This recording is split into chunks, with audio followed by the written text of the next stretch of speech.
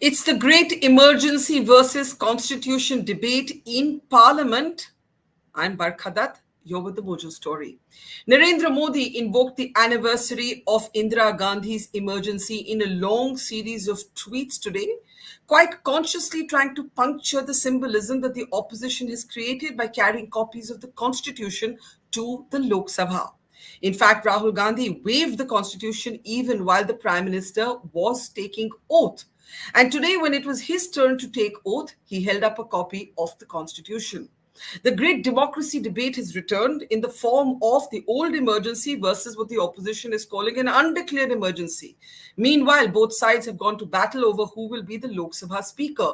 There is going to be a rare election after attempts at creating a consensus failed. Rahul Gandhi attacked the Prime Minister for saying one thing and doing another. Meanwhile, the Delhi High Court has decided that Arvind Kejriwal is to stay in jail and that the trial court that said that he should get bail had not applied his mind. As Rahul Gandhi and Prime Minister Modi go to war over the Lok Sabha Speaker, the emergency of the 1970s, and what the opposition calls the undeclared emergency today, with their counterfoil being the copies of the Constitution, let's introduce our panel today on the great democracy debate and also on the great battle for the Lok Sabha Speaker. Tavleen Singh, veteran columnist and journalist, is with us. Welcome as always. Percival Bilemoria, senior advocate and analyst, is with us. Welcome to the program, Percy. Sabha Naqvi, author and journalist, is with us. Welcome. Rajat Sethi, political analyst, is with us. And also joining us is Dr. Manisha Priyam, well-known political analyst. Thank you very much, all of you, for joining us. The first thing, of course, that has happened is the constitution, in a sense, becoming a protagonist in this parliamentary battle. And before we come to the nitty-gritty of the fight over the Lok Sabha speaker, I just want quick comments on that. Tavleen, what do you make of the fact that Narendra Modi is leading the charge on reminding or trying to remind people that the Congress that talks about democracy today was once responsible for the emergency? The Congress is countering it with the very potent symbolism of the Constitution. Rahul Gandhi, and we can play those pictures, held that up today while he took his own oath. What do you make of this emergency versus undeclared emergency debate? Tavleen Singh. Look, I'm probably the only one on the panel who actually lived through the emergency. I just begun my career in the Statesman newspaper when it was declared. And nobody who lived through that time would compare it to anything that Narendra Modi has done. He's been autocratic. He's been very allergic to dissent and dissidents, etc. But when Rahul Gandhi talks about an undeclared emergency, he would have been in jail if there was an undeclared emergency. Every opposition leader was in jail. Every journalist. I mean, most journalists that I knew were either being threatened with jail, or we had to be very careful. The Statesman, I remember, tried to defy press censorship, and we came out on the 26th with blank pages or blank spaces where the arrest of the opposition leaders, where that story was. And after that, we had to do the pre-censorship. So we had to send the paper to the PIB every day, and it would be returned at 8 o'clock, which made the paper quite, useless. So there is no comparison, and it's wrong to make this comparison. If the Prime Minister is reminding us that this is the 50th anniversary of the emergency, we should remember. If you don't remember, things happen again. But the opposition calls this an undeclared emergency, a kind of covert, a covert set of restrictions that they say impede democracy.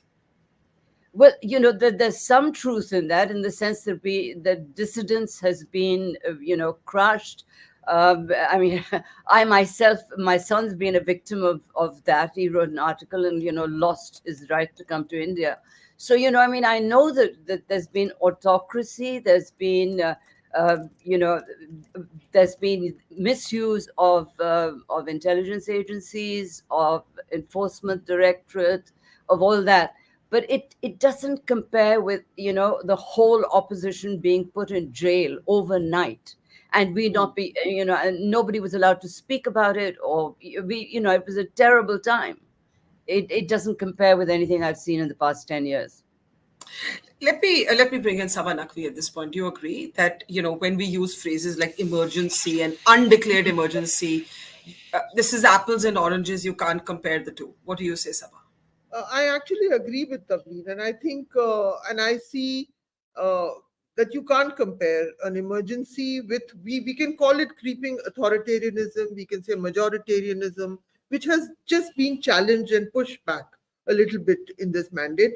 But you cannot use a phrase like, because, and I see also, I see no, if the Prime Minister is talking about the emergency, good, he will never want to repeat that. And some of the, and yes, there are problems, of course. There are people who are behind bars under laws which do not apply to them. I'm one of those who firmly believes that anti-terror laws have been used randomly, and there are a few things that this government can do now. It's in coalition, instead of just giving us slogans like Modi 3.0 and nothing will change, and the kind of threats that come to someone like me on social media just randomly. They can just mellow back a little bit, push back, and I completely agree with Tavleen. Yes, and she has suffered with what her son has endured, who, with that not being allowed to come to his country where his mother lives, where he's from originally. It is a personal, you face a personal situation, and one knows many people who have suffered, but the emergency is the emergency. It is a suspension. It is the moment when India could have stopped being a democracy. It could have become an autocratic rule. Yes, Indira Gandhi did stop and she did have an election, whatever it is, but it was a terrible moment. That's not happened. All of us are still, we are very much in a democracy. There are many imperfections, and I love being one of the people who calls it out. I'm not one of those who thinks we must obey and never question the election commission. We must question it. I'm not one of those who says you must behave obediently like children in a classroom in parliament. No, you must make a noise and stand up for things you believe in. But an emergency, I actually entirely agree with the way Tavleen has phrased it. Okay, that's an interesting point of consensus. Use words majoritarianism, authoritarianism, call out the misuse of certain laws that are considered draconian, but don't. These are not interchangeable phases of Indian politics. Manisha Priyam, do you agree that when the Prime Minister invokes the emergency era, the opposition can't hit back and say, "But you're doing the same. You just haven't called it that." So I'd like to differ from very eminent panelists here, and the emergency. Remember, I would like to once again say that I was born to emergency, and my own political consciousness was trained as emergency was coming up. Now the anecdotes are for another era, but for the moment, let's see how we analyze the emergency. The emergency was not just the proclamation of the emergency. The president became a rubber stamp in the proclamation of the emergency. Now, let's see whether that's happening or not. Before the emergency, there were a series of conflicts, and that put the entire machinery of separation of powers, because of which the Supreme Court had to come up with something called the basic structure doctrine. Do we think that Kesavanand Bharati type movements have arisen in the past or not? My answer would be yes. Institutions have had to come up. Remember, contingent circumstances cannot become all the same. Social sciences are not natural sciences that you can repeat the same experiment again. You definitely cannot have something like the emergency or Nazism ever again. I mean, they were bad moments. But look at the number of things that have happened. Look at the times when we've seen the Honorable Prime Minister make a proclamation on the television to the citizens. How many of us really believe that demonetization was an authorized act of the parliament, even if the Supreme Court said what they said, and should have been what is called a ukase, an edict to be ushered upon India's citizenry without notice at night? Do you know that the COVID educational emergencies, forget the other things, the lockdowns that we've had, there are global indices that tell us that our educational emergencies were among the strictest. So I think my question as an academic is, what's different between that moment of emergency? Look, emergency is not a widely used academic word, it's authoritarianism. How does that moment differ from this one? Or are these completely non-comparable, and you will find that The fact, the fact. Can I try and attempt to answer that? The fact that we're having this debate with nobody stopping us is probably what distinguishes that moment from this one. Well, I think not till today, but you see the parliament come back, and you will find till now the leaders were in the hurly burly of the political field. We are still waiting for those who come on YouTube and speak their mind. We will see that there may be different forms of sanctions and different forms of impunity. The devices have been very different, but these are different form of sanctions. During COVID, for example, the RWS were enough to tell us a lot of things that were curtailing citizens' rights. And how much time would it have taken to resurrect our rights? There were many things that were happening. This is not the time. But I will, for example, during the emergency, the important point is being made by Sabha. How many anti-terror laws were there? One, Maintenance of Internal Security Act, and Laluji's eldest daughter, who's now an elected member of the Lok Sabha, was named after that. But look at the number of people who are under acts that we do not even understand. So if we are trying to say that sanctions do not exist for speaking out, I don't think that's correct. If we are trying to say that everybody in there on the UAPA is someone who should be there and they have really, put the Indian Republic under threat, I think there are differing opinions. And the fact is, there is a lot more scare amongst the citizenry. This moment would not have been possible, Barkha, if this election had not turned this way. It's not about how we are. This election has turned a particular way, and some amount of arguments are able to stand. That's what is different about this moment. Okay. Let me bring in Rajat at this point, that it's the verdict that has opened up spaces that had almost entirely closed, is in a way the essence of Dr. Manisha Priyam's argument, and that you don't need a declaration. If there is enough fear, if there is enough weaponization of laws, of institutional agencies, that it may never be called an emergency again, but the essence, there are strains of it that are similar. You would say what? Well, had there been any semblance of the instincts to clamp down on any voice which is not in sync with the government, then you would have seen, during the farmers' protest, you would have seen a very big clampdown on that protest. The sheer fact, and that time Modi wasn't at 240, he was at its strong chest thumping majority numbers then, and he allowed the protest to carry on through and through. And I think that is the proof in the pudding that way. And there have been series of protests, the way university protests have carried on, right from Rohit Vemula's protest. It turned out to be a completely different case altogether after the investigations were done, all the way up to what is happening in JNU. And we saw consistently that the young, the farmers, even labor unions protested when it came to labor codes being changed in certain states. So all in all, we are in that larger milieu where state governments and the central governments are largely intolerant. That's like a broad direction in which everybody is headed. Pick up state governments. I can tell you in Andhra Pradesh, when Jagan was ruling, you could not post a social media post against that government. He had such strong CID people working against you that Chandrababu Naidu had to run the entire social media campaign out of Hyderabad. And that too, Jagan used to send his police officers to Hyderabad to actually go out and arrest and raid the offices. Look at what is happening in Karnataka right now. They are going after journalists here and there, trying to arrest them for any post that they do. So that instinct is there across the aisle. Today, Rahul Gandhi, when he flashes the book of the constitution, it just seems juvenile, because you are running certain state governments who are practicing basically the same set of with the same set of authoritarian instincts that perhaps the BJP governments are. How are you different?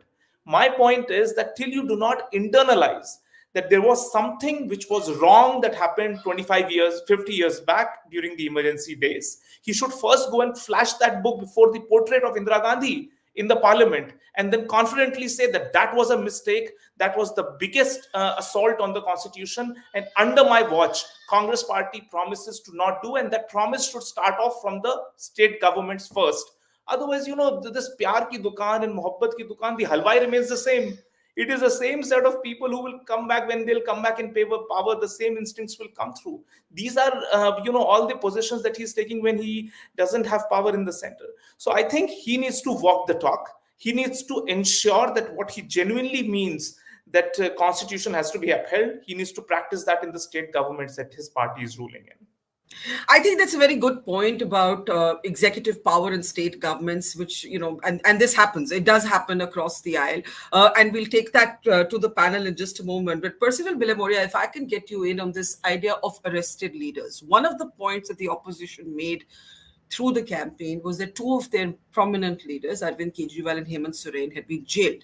It looked as if Kejriwal was going to come out, but that did not happen. The trial court judge, Justice Nyay Bindu, what a name, said that the ED had not made a convincing case. The Delhi High Court felt the trial court had not applied their mind enough. Now the case will go to the Supreme Court.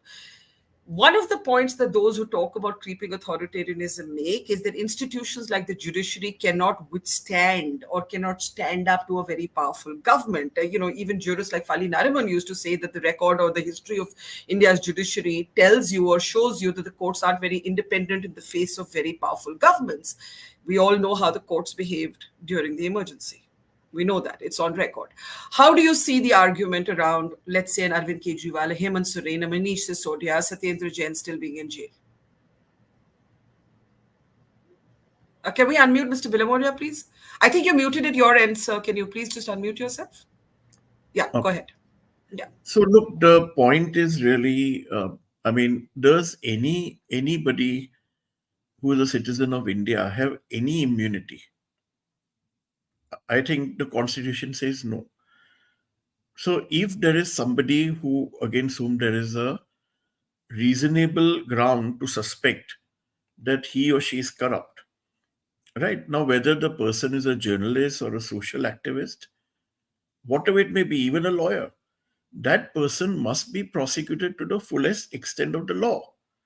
Now, if people are going to say that, look, you stand on your pedestal and say, this is only because I'm a journalist and he doesn't like me, and this is the ED acting because the PM has a hotline to the ED. I think I don't buy that.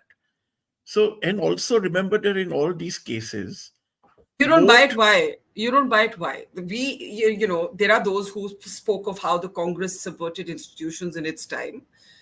Why would it be so unusual for the BJP to do the same? I mean, Rajat makes the point that all political parties have the same instinct. All powerful political parties have the same instinct. Why is it so outrageous to suggest that the ED takes its instructions from the government of the day? But when you say that, you are assuming something that doesn't exist. I don't think that is really the case. That's my view. Because when you say something like that, you have to establish it with evidence. Now, all I'm saying really is that, as I made the point before, Barkha, today, I don't think anybody can say about the two gentlemen that you mentioned that they are guilty or not guilty. All we are saying is let the law take its course. Let the courts decide. There's also one more aspect to this, which is, I've often felt that, there's a lot of grandstanding. So, for example, let's take what happened last week. Now, there was a matter before the vacation bench of the High Court. Now, the High Court clearly said it was a Friday. I need 2 days to write my order and pronounce. Now, what was the need to go to the Supreme Court? So, I do believe that there is some electioneering and election strategy behind this, because you are going to the Supreme Court when the High Court has not yet pronounced its order. And I think there is a little posturing that is going on, which is, that enables them to say, oh my God, look, even the Supreme Court didn't give me bail. And then there are people, and this is the most astounding part. This is what I object to. There are people who stand up and say in the public, they say that, look, there is a serious crisis in the judiciary. That is wrong. Please remember, let's take the emergency. It was the judiciary that ultimately came to our rescue. Let's not forget that. It was also the judiciary that didn't do its job initially. The father of the present Chief Justice, then Chief Justice, did not. Taveen, sorry, are you wanting to interject? Can I just get Taveen in? The judiciary came to our rescue. It was Indira Gandhi herself who declared an election. The judiciary was totally docile. It didn't once, make any effort to stand up for, we were deprived of the right to life. No judge spoke up. Yeah. And if they did, they were kicked out. So you can't say that. But complete your point. To say something? Sorry. Yeah. Okay, Sabha, briefly. I just find it astounding because Mr. Bilimoria said, show me the evidence. I'll show the evidence. Just show me one case where PMLA is applied and ED is applied to people who have joined the BJP. So nothing happens in a vacuum. This is not a perfect world where you say you must obediently go by every court, go by every law. You tell me what has happened to Praful Patel? What has happened to Ajit Pawar? There is a whole political narrative, the timing, the arrest, and let me also read out data. I can get my book, it's there. How many of the opposition parties have cases? Especially if they are parties that the BJP fights very strongly, and I mean TMC and Aam Aadmi Party. And what happens to the guys who defect? The cases go away. So that's a fact. It's not an opinion. I am only offering you facts, sir. You have an opinion. I, being a journalist, am only giving you data and facts. Indian Express has done a whole series on it. Yeah, 91%. Yeah. This is the same Indian Express that during the emergency published a blank sheet, the front sheet, because it was censored. So I think we all agreed that, what the conditions that we are talking about now cannot ever be even compared to those sad times. But really what I'm saying is that the judiciary, when you talk about, for example, the basic structure of the constitution, right, the judiciary has stepped in time and time again. See, even when you're talking about PMLA, right, PMLA has been subject to judicial review. There have been certain safeguards in the PMLA which have been spelled out. And one safeguard which I just mentioned earlier is that there must be a grounds of arrest, and your argument for bail must be in relation to that grounds. I've said this ad nauseum. I'm not going to repeat it anymore. Can I ask a question on bail? The Chief Justice himself has often spoken about bail being the norm. Because we don't see any high-profile politicians of the BJP also in jail without bail. If we did, it would perhaps look different. If there was a scenario where there was Arvind Kejriwal in jail, Hemant Soren in jail, and X and Y affiliated to the government also in jail, maybe it would look different. Right now, the reason it looks targeted is because, as Sabha said, where are the people on the other side? What happened to their corruption cases? What happened to Ajit Pawar? What happened to Praful Patel? What about the Chief Justice's sort of guidance that bail should be the norm? But even before the Chief Justice uttered that sentence, it has always been the norm. Our Supreme Court has set out this indelible principle, which is that bail is the rule, jail the exception. But when you ask for bail, there are certain guidelines as to when and how the bail should be given. Okay. And in this particular case, there was, of course, the question that, there is a gentleman who's the chief minister, which is a very highly powerful and a very influential position. Now, will he be tempted to tamper with the evidence? Now, that is a call not for you and I to make on a panel, that the courts will decide. So the short point is the law is robust. The courts have, by and large, adhered to the law as it stands. It is only in politicking, there are accusations that are made either way.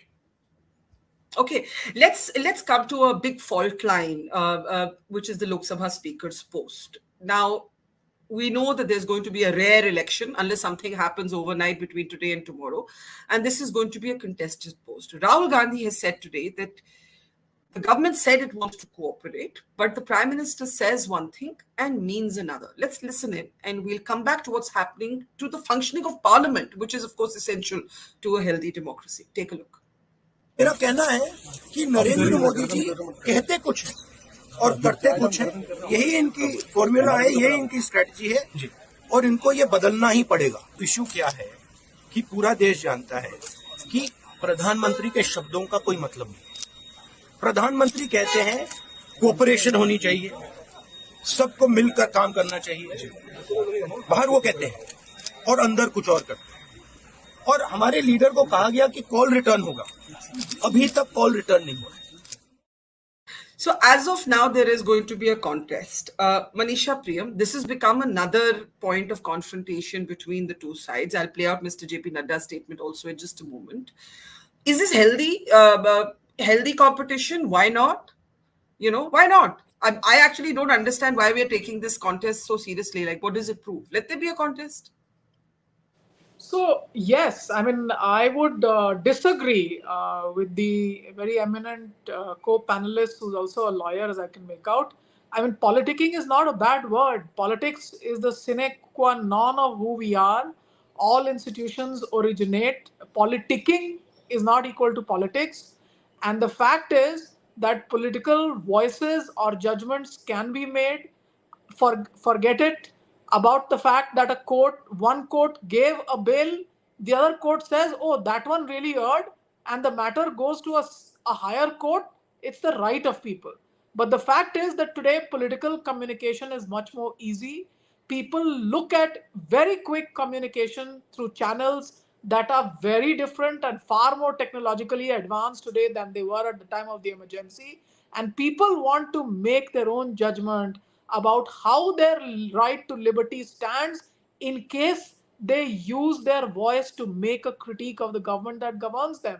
Now, coming to the issue of the speaker, this is a government that has a mandate to rule, undoubtedly, with 240, members of parliament. The invitation should have gone to them, and justly and rightly, it's been made in the offered this. But it's in power to come to that 272 mark. They have at least a 32 that are supporting them. Now, the political expectation of the people was that there would have been some consultation amongst NDA allies. We don't know whether that consultation has happened or not. And for citizenry to expect soon after an election that political parties that they've just now anointed with power will show some amount of transparency or discussion with political desires of citizenry is not misplaced. It's politics and it's all correct. Now, the fact is that that doesn't seem to have happened. And the fact is, the old speaker candidate seems to have been repeated.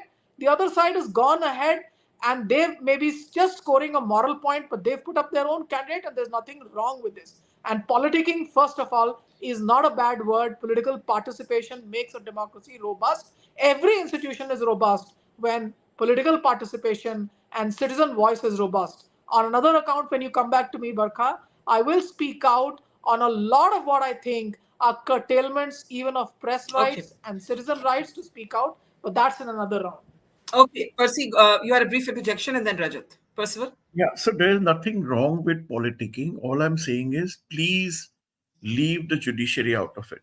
So Cannot be left out because your own judiciary makes comments on its own lower court. Why didn't they allow for bail? We are told lower courts are the house where it should be decided. The higher court could have said that maybe they acted in haste, but I'm not going to overturn that. So we'll have our views. We will have comments on the judiciary, and we can have it.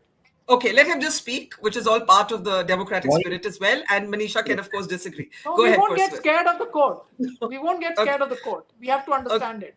Okay, I'm let not him speak. saying that you should get scared of the court, ma'am. All I'm saying is the judiciary is a very important pillar of democracy, and the judiciary has stood us in very good stead. So therefore, don't use the judiciary as a platform to do electioneering. That's all I'm saying. In debates like this, or look, when you talk about politics, I remember a time, I was also around during the emergency, by the way. So just to correct, Mr. Lin Singh. So I'm not telling anyone my age though. But the point really is that, look, there was a time not too long ago when different sides of the of the political parties, you could sit down, have a cup of tea and have a healthy debate. Unfortunately, those days are now gone. And I rue that. And I think the decibel level, and of course the media has a huge role to play in this. The decibel levels are very high, very shrill. There is no bar to anybody having their own opinion. You can speak. We can debate that in a very healthy way. And that is Yeah. what democracy is all about. Okay. Manisha, I know you disagree, but let me just get the others. Otherwise, we'll be stuck in this loop. Rajat, we are seeing some shifts. The fact that Rajnath Singh says that he met with Malika Arjun Kharge 3 times, this would not have happened in the last 2 terms of the Modi government. You know, we have those pictures as well. Kiran Rijiju reaching out to the opposition. Consensus broke down, right? That consensus breaking down doesn't necessarily feed to this emergency versus constitution debate, or does it? Rajat? See, I have a different interpretation of what is going on in the garb of the speaker election. I think what is happening is that for the past 10 years, we've seen a very productive parliament. We've seen sessions being conducted. There have been very few walkouts by the opposition, largely because perhaps they didn't have enough number to create any obstacle. But now with the 232 number on the India Alliance side, they see a hope of obstructionist politics. Again, I'm not judging it. BJP, when it was in its days when they were sitting in the opposition, they perhaps used that opportunity to also keep the government in the dock consistently. I think what Rahul Gandhi is setting the template before the start of the upcoming session is that, see, things are going to be different. And if you have to run the house, you have to come with folded hands towards me and discuss and deliberate every single issue, even if the issues are largely bipartisan in nature. So I think that approach we will see from the opposition, and that is how they are going to assert their power with their numbers on their side. So I think that is that power dynamics at play. But isn't it a kind of political payback for those moments when there was mass suspension of opposition MPs, right? This is politics. It's a pendulum. Yeah, Barkha, absolutely. It's a pendulum. It swung one direction, and it will try to restore by the laws of nature. It will swing to the other direction. But look at this is what I'm saying. BJP would then change their tactics. I mean, what they've done so far cannot carry on any further, and they will change their game plan, and they will have to. Now, how Nadda ji as a leader of Rajya Sabha would be able to conduct, he will have to mellow down much more in order to reach across the aisle and create that space for a well-functioning parliament. I think the bigger test is not government. It is the bigger test is the parliament. How do you smoothly run and productively run the parliament? When, clearly when you're seeing Rahul Gandhi's belligerent approach to everything, which largely seems to be a settled affair like the speaker election. So he'll put everything out there to the test of fire. So before Sabha and Tavleen come in, JP Nadda called the Congress basically hypocrites. Take a look. लोक सभा के speaker का चुनाव conditional होता है क्या? Condition के साथ होता है क्या? डिप्टी स्पीकर तय करो तब हम स्पीकर में तुम्हारे को मदद करेंगे. और ये कौन कह रहे हैं?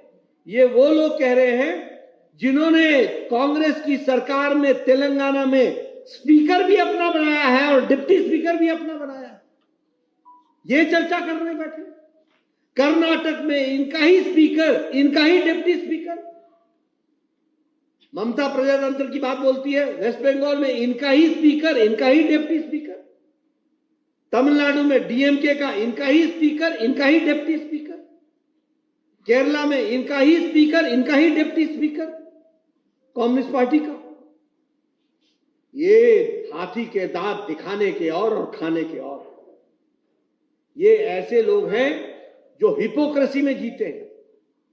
ये दोहरे मापदंड में जीते हैं. So Sabha, the point, of course, the context is that the opposition had said, if you give us deputy speaker, we will support Om Birla as speaker. Mr. Nadda is also rightly pointing out n number of examples from states where he's saying both posts have gone to the ruling party. Right, Sabha? Can we unmute Sabha? Sabha, go ahead. Barkha, I'll just elaborate. So there's no of course he has a point. And I take Rajat's point about everybody's inclined towards having their way all if they can. Yeah. No, look, there are 3-4 things happening here. Contrary to what is being seen, that who were the people who went and took their oath with the constitution in the hand? It is Akhilesh Yadav and Rahul Gandhi. Both of them are going to face 10 by-elections in UP, where the BJP has been so sort of gobsmacked. 10 by-elections are coming up. There's a politics. So it's not a juvenile act. It's a very well-crafted act to go there and stand there. because the Mayawati is also suddenly sat up. No, she's realized the Dalits are gone. 10 by-elections because a lot of the candidates who got elected, they were MLAs. So important things are going to happen in the future. This is partly politics. The BJP also has to get out of the zone where they realize it's not just them. So all they had to do, and I realized that Kiran Rijiju, because I was just watching his body language, would like to actually have a consensus, because what is going to happen right now, Barkha, Mark, on the ground is going to play out what they're telling me. The politicians are saying that who is Piyush Goyal and Om Birla, look at his caste, and they're opposing a Dalit. A lot of eyes are on UP. So you've got to understand the politics. What has happened in this election, it has in UP, the whole Hindutva thing is blasted open.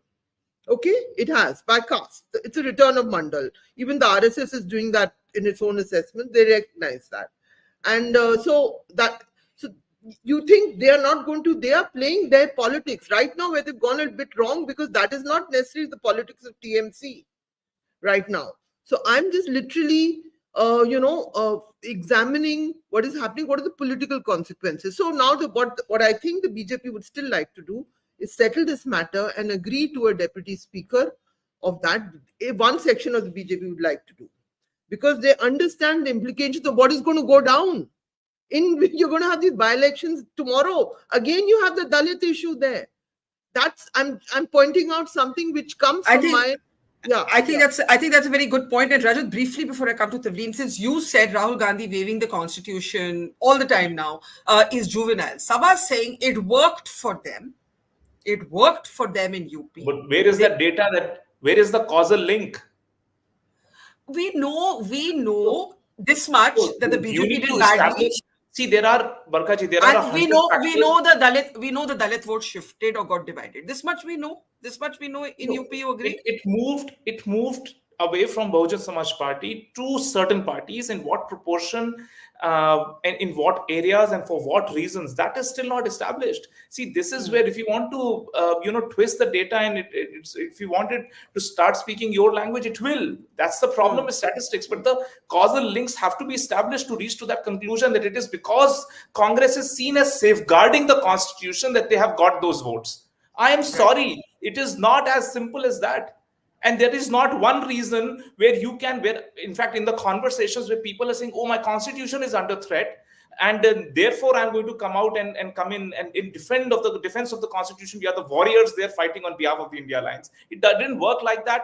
This was not part of the conversations. Yes, some kind of hoodwinking the people, saying that, if BJP is coming in, you will lose your reservation. That is not a strategy. I mean, if you want to fool people around in the garb of saving the constitution, then God save you and God save the constitution then. Okay. Tavleen and then Manisha. Okay. Mature thing that we should all be discussing. Two very differing perspectives. Mr. Modi, however, can I just say, Mr. Modi bowed before the constitution at the first meeting of the NDA members of parliament. I think we had that image somewhere. Tavleen, go ahead. Yeah, but he did it last time as well, and the time before. Correct. That he does that as a thing. I actually have not met anyone on my travels who mentioned the Constitution or any threat to the Constitution. I think what people were really sick of was the arrogance with which they were being treated. This 400 par and Modi, aayega to Modi hi, etc. In my view, that is what really worked against them. And the Hindutva card, as Sabha has pointed out, just didn't take off at all. But really, it was ahankar. I heard that word so often, and I'm sure you did too on your travels. People don't like leaders who take them for granted.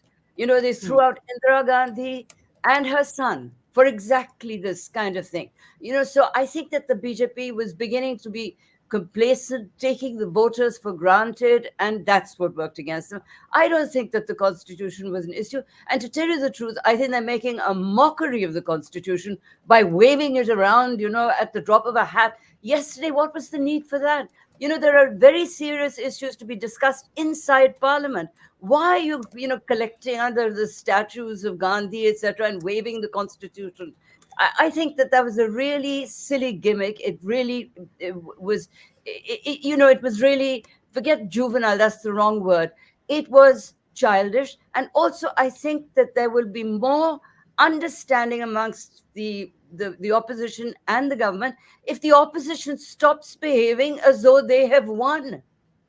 Rahul Gandhi is behaving as though he's already prime minister. I mean, he talks about you Narendra Modi with complete contempt. Narendra Modi is the prime minister of India. You can't say you Narendra Modi ki baat pe koi vishwas nahi kar. I mean, let's have some dignity in the conversation. I don't see. you said it's a mockery to wave the constitution around. Yes. Why is it okay for Mr. Modi to bow down for the constitution, but not for Rahul Gandhi to carry it to parliament? He's bowing down because he's gone into parliament, and as prime minister, he's always done it. He's did it 2 or 3 times before. Every time he's won an election, as far as I know, he's said, I respect. He even bowed down on the steps of the Lok Sabha the first time he entered it. Yes, And he said yes. this is the temple of democracy. So it's one thing to say I bow before the constitution. That is what will guide me through my tenure. And it's quite another thing to wave it around, as if it was some sort of, comic book. So two very different perspectives on the constitution as a protagonist in our politics. Percival and then Manisha Priya. Percival? Yeah, very much mistaken. He also said, when alluding to the emergency, he also said that we have to ensure that no other government can ever declare emergency just as it was done in 1975. What does that tell us? I mean, what's today's debate all about? What's the difference between what we underwent during the emergency and what is alleged to have been to be going on just now? Okay, fair. Let's bring in Manisha Priya. Manisha, go ahead. Exactly want me to respond to? Whatever you want to pick up, go ahead. Whatever you want to pick up, go ahead. Okay, so a couple of things very quickly. Rajit made a very strong point about there being no causality. Let me correct the air here that in voting, there cannot be a causality about what exactly was the voter motivation. There is something called multi-causality. Voters vote for many reasons. And if this no causality can be established here, there is no causality that also says that if you give them so many kgs of grain in a bag and call them Labharthi, they'll come and vote for you. Even that was political propaganda of a kind. Voters understand that this is political propaganda. The whole bunk about women's vote going just one particular way because the grain will be mixed with some religion, etc.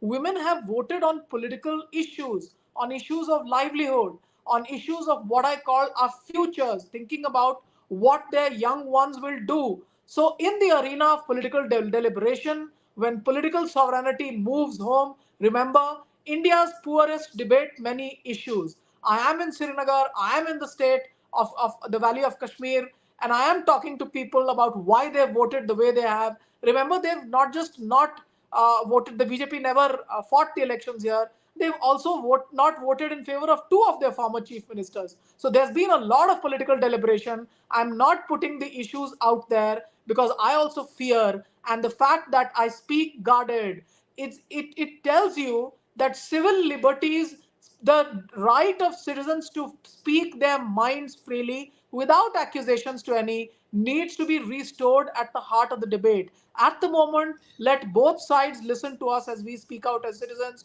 We do want to still put forward citizens' issues, number one. Second, on the issue of the emergency, I would still be very, very cautious and say that many events have had similarities. Emergency is a particular type of event that happened in India. The broader rubric is authoritarianism. I have much evidence, much publications to say that we have become willing ethnic nationalists. There is a different modus operandi at work.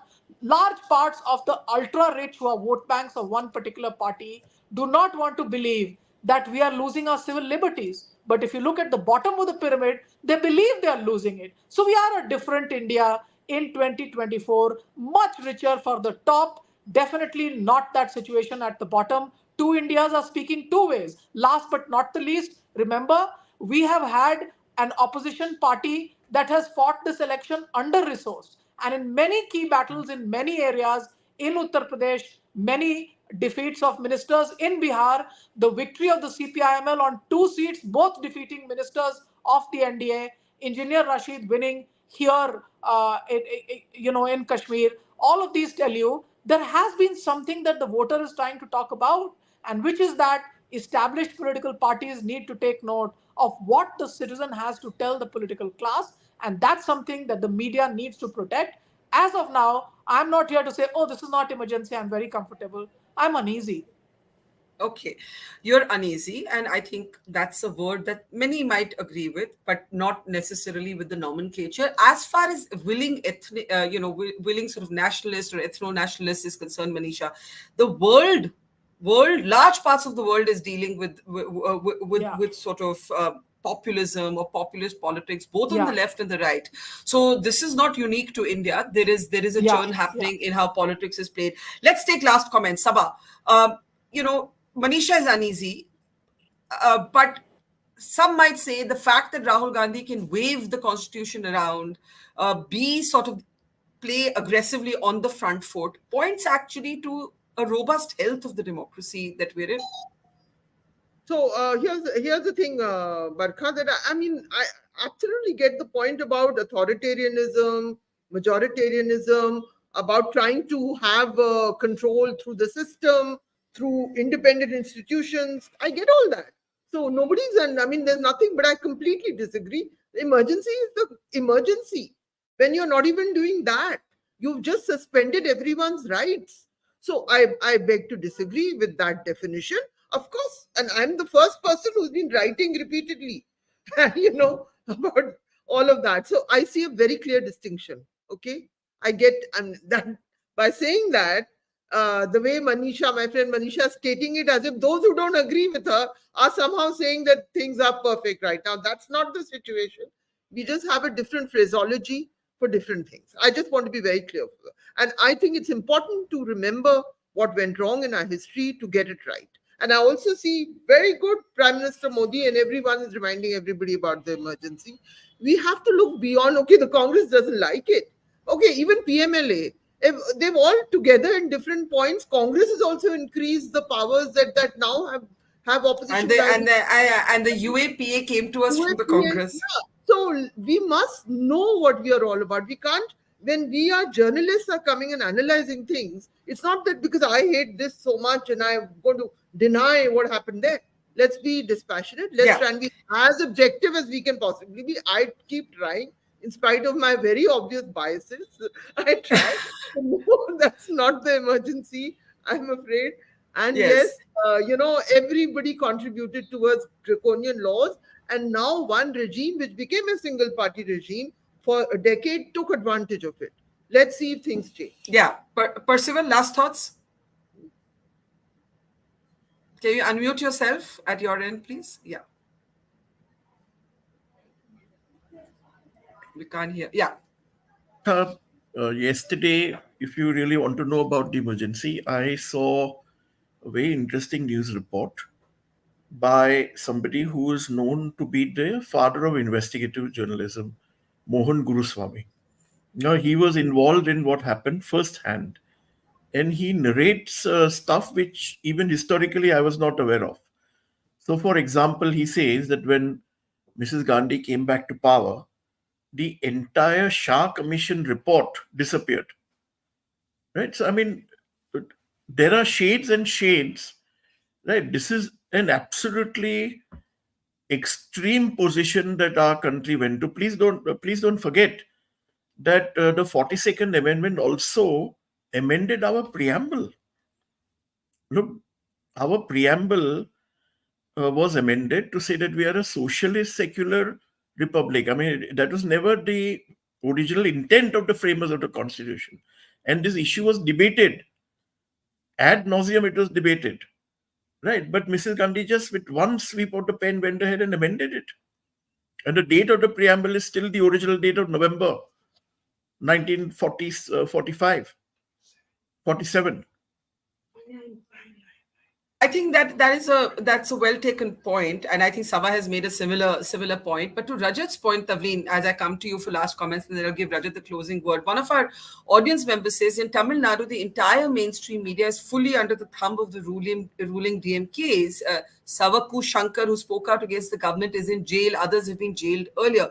This was the point I think that Rajat was making, that this instinct is across the aisle. This instinct to silence the media, this instinct to have draconian laws, this instinct to have overarching sort of executive power, this is not confined to any one party. Yet there are those like Dr. Manisha Prem who would argue, no, but there's something distinct about this time, this moment, this phase. As you said, you've suffered, your son has suffered. What would you say? I find it very dangerous to. We had a dictatorship during the emergency. Parliament didn't exist. Nothing existed. The judiciary didn't exist. The media didn't exist. We haven't seen that yet. We have seen a degree of autocracy, which is unpleasant. But it's absolutely true that I've seen that kind of autocracy before Mr. Modi became Prime Minister as well. If I suffered because of Modi becoming Prime Minister, let me tell you something, it was no picnic trying to work to write against Sonia Gandhi. I mean, I openly threatened with my column would be closed, the Indian Express was. So, I mean, Mr. Modi hasn't come out of, thin air. This is a road that has been paved for him by laws made by decades of Congress rule. And we must never make the mistake of mixing up, the emergency with what we've seen in the past 10 years. We cannot. Autocracy is autocracy and dictatorship is dictatorship. Manisha, do you want to add to that before Rajat closes? I just want to tell you that as a child, I was responsible for looking after George Fernandez hiding in our house. And it was that day I could just read Hindi newspapers. I used to sit on the newspaper and read it. And I read that uncle who was in my front room was arrested for the dynamite kand, etc. So it's not that I do not understand what happened. I have lived it. My family has been a part of it. I don't want to extend that story any further. It's not about me. But I feel that unless the defense of civil liberties is much stronger, we have many areas where there has been a regress. I have never said that moment and this moment is the same.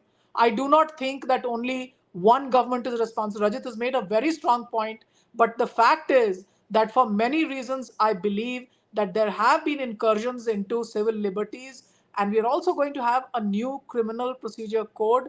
I do not know what the changes are, but from what I hear, there is ample scope for me to believe that we need to understand that this will have very grave implications for us. And I believe very much that the poor in this country are underserved with respect to their basic rights. And though that notion of rights is a far more expanded right today than just the right to speak. And I believe that the poor have spoken up. What is very different from the emergency is that there is an elite urban upper class which votes one way and is now seen as a vote bank for one particular party, is also very strong in saying that we simply don't want to speak. That upper class is also a very global, rich upper class. It doesn't believe that many of the laws of the land